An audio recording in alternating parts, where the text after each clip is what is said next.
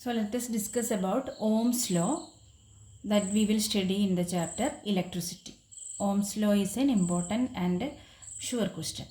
Okay, it is an important portion of the lesson. Ohm's law. So let us see what is the statement of the law. So Ohm's law gives a relation between voltage and current, or potential difference and current.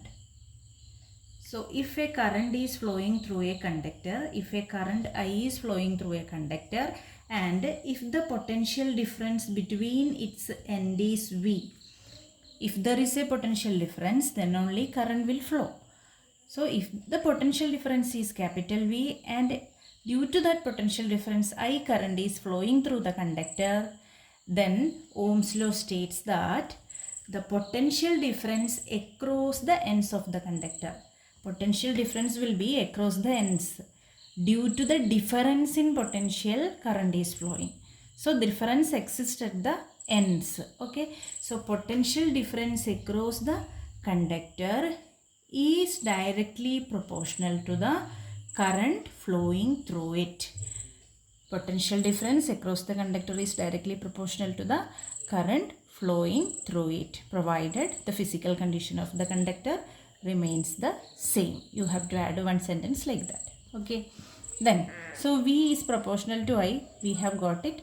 So in order to replace this proportionality sign by an equality sign, what we will do, we will introduce a constant, and that constant is called resistance of the conductor. This is the constant called resistance. So we can write, usually we will be writing V is equal to I into R. So this is the equation of Ohm's law.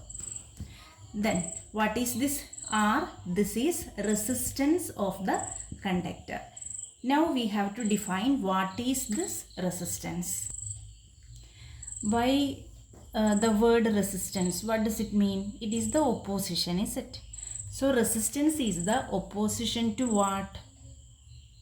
It is the opposition to the flow of current. Okay. So when current flows through a conductor, what happens? Some resistance will be offering by the conductor against the flow of the current, so that current cannot flow easily. Okay. A lot of factors are there, and let us see on what factors this resistance of the conductor depends. So it is found that there is an activity given in your textbook, and when we do that experiment, we will find that resistance of the conductor is directly proportional to its length. That means when length of the conductor increases, resistance also will increase. When length of the conductor decreases, resistance also will decrease. Then resistance of the conductor is inversely proportional to area of cross section of the conductor. So, what is meant by area of cross section? So your conductor will be in the form of a cylinder, is it? Wire. Conductor means a wire only. It will be in the form of a cylinder, and this side, this one, this is its cross sectional area, this area, and this is its length. Okay. So it is found that resistance is directly proportional to length and inversely proportional to area of cross section.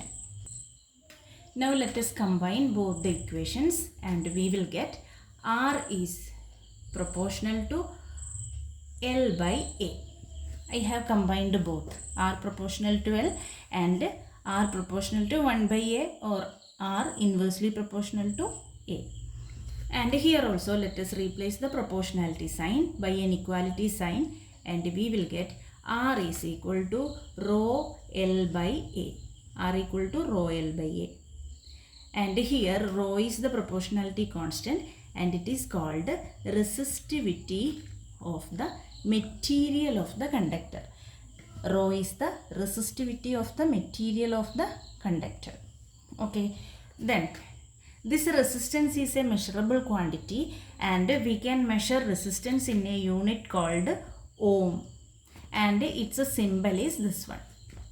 The unit of resistance is ohm. Okay. And this resistivity, and how this resistivity and resistance are related, by the equation R is equal to rho L by A. Okay, and for a particular material, rho will be a constant. Rho will be a constant for a particular material. Suppose you have 10 meter copper wire and 25 meter copper wire. Okay, so this is 10 meter and this is 25 meter. Resistance is directly proportional to length. So this is the lengthier wire and it will have high resistance. Comparatively, 10 meter wire will have less resistance. But these two are made up with copper only. So its resistivity will be a constant. Resistance changes, but resistivity will be a constant. Now suppose you are taking 10 meter wire of iron and again 10 meter wire of silver. Silver wire and iron wire if you are taking. We know that silver is a better conductor than iron. Okay. And if we take this, here the resistance will be definitely different, is it? This will have less resistance and iron will have more resistance when we compare these two. Okay, but you may be thinking that both are 10 meter, so here also rho will be the same, but it is not the case. Rho is a constant for a particular material. If we are taking both silver wires or iron wires, rho will be a constant. But here there is a difference in material. These two are different materials, is it? So here iron and silver will have different resistivity. Iron and silver will have different resistivity. Like that, all the metals will have different resistivity. But if we are taking a particular material, whether it can be of any length, any thickness, its resistivity will be a constant. Okay, and R is equal to rho L by A. So let us substitute L is equal to 1 meter and area is equal to 1 meter square. Let us substitute. Okay, then what will be the resistance? We will get R is equal to rho into 1 by 1. Is it? That is equal to rho, or R is equal to rho. Is it? So resistance is equal to resistivity. Resistance is equal to resistivity when? If the conductor is of length 1 meter and its area of cross section is 1 meter square. Resistance will be equal to resistivity if the conductor is of length 1 meter and its area of cross section is 1 meter square. So it will be a constant.